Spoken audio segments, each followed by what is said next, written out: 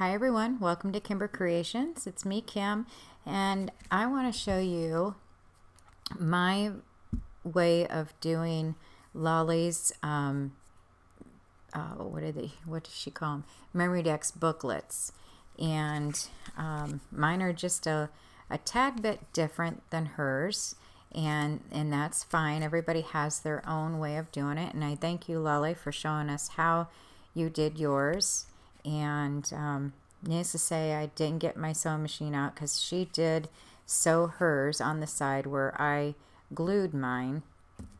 And I also have on the nurse one, I went ahead and I used the pre-made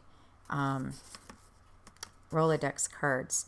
Now these ones are tiny, and they're like 2 1/4 by 4, so the width of it is fine. It's the height that needed adjusted. So what I did is, now I did put part of this together already just to cut down on some time, but what I did is I cut 3 pieces of cardstock 4 inches wide by 3 inches tall, and then I glued 2 of those. You know, you kind of sandwich those. Let me see. I'm all thumbs right now. So you take one of those pre-made ones, the short ones, and you sandwich that in between 2 pieces of cardstock, and that will give you, now this is 3 1/2 by 4.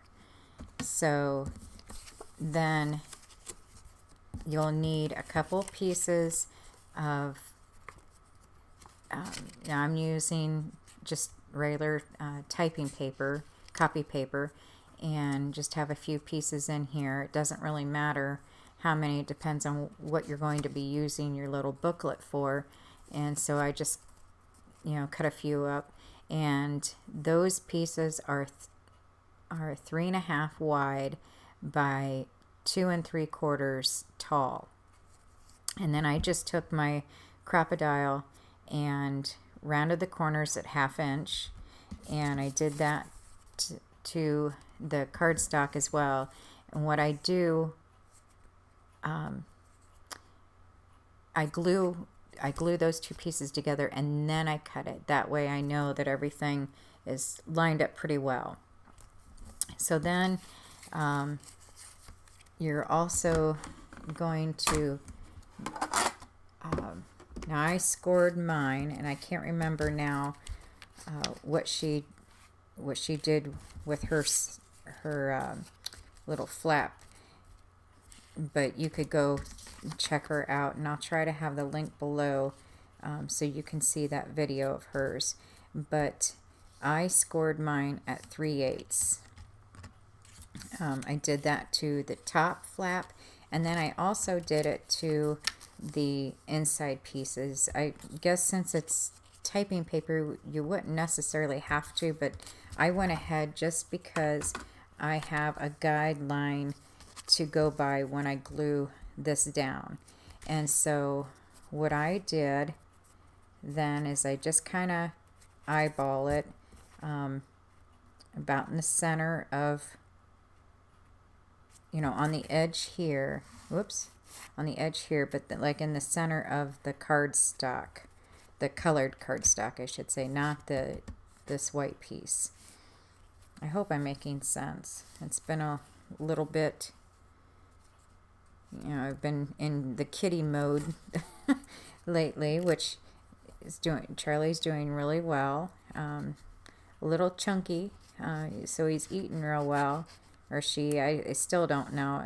She's still too little. So anyway, but she's doing fine. I'll keep you updated as things go.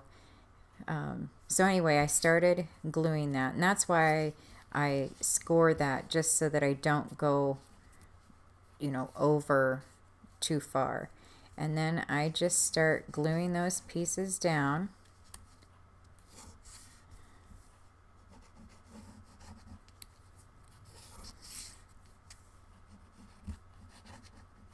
like so. And then, like I said, Lolly, she sewed hers, but I've always wanted to try.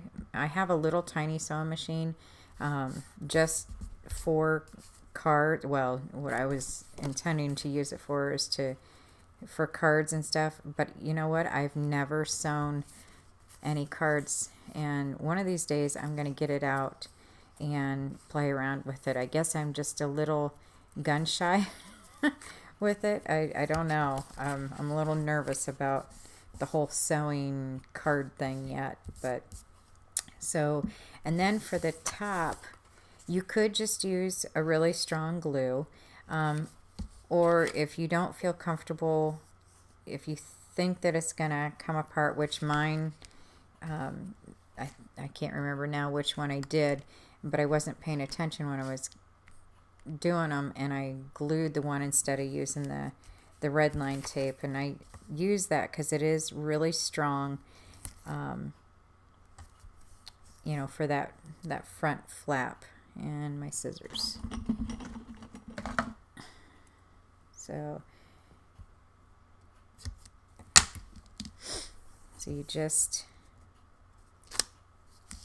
apply that. I got to turn it around so I can see what I'm doing. And you line that up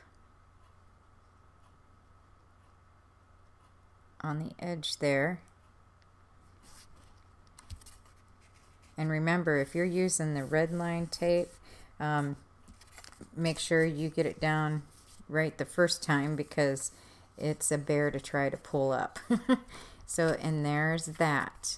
Now, she also had put holes here for this, your string, and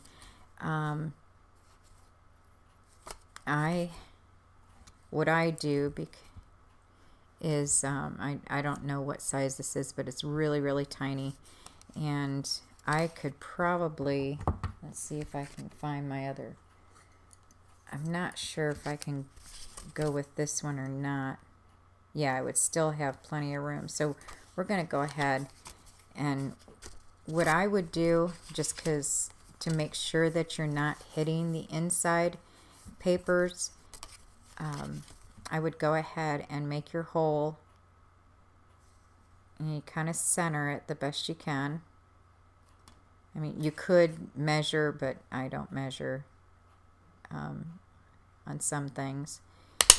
And then what I do then is turn it over and line it up to make that other hole in there. And then you could use your eyelets if you wanted to, or just I feel like this one would be okay without the eyelet, because I have this pretty sturdy with using 2 pieces of cardstock. It's totally up to you. Or if you don't want to mess with the holes at all, you could just use a little clip like that to keep it closed. And so that's that. That's how I use a pre-made Rolodex card and then turn it into a memory dex card style. I don't know what you want to call it. So there is my take, and this is just the base. Just wanted to show you how you can use these if you don't have any of the dies or anything like that, or if you don't want to use your cinch, or you don't want to, you know, do the holes or whatever. And I think it turns out really cute, and you could dress that up if you wanted to, but on some of these I think they turn out just fine. And my thought is it really doesn't matter a whole lot for the bottom, as long as because you're not going to really see that stands, you know, down in your oh, what do I call it? Oh my goodness. your holder. So, alrighty. I feel like I'm all thumbs. I can't talk. I can't do a whole lot of anything right now. I did take a break last week because of taking care of the kitten and really didn't do a whole lot of creating, so I got down in here first thing this morning after taking care of the animals and worked on these. So, and I wanted to stop and show you how to do this one. So anyway, I hope you've enjoyed this. Sorry for the rambling and stuff, and I'll try to have, like I said, Lolly's link so that you can go check her channel out as well. And so anyway, thanks for watching, and we will talk to you later.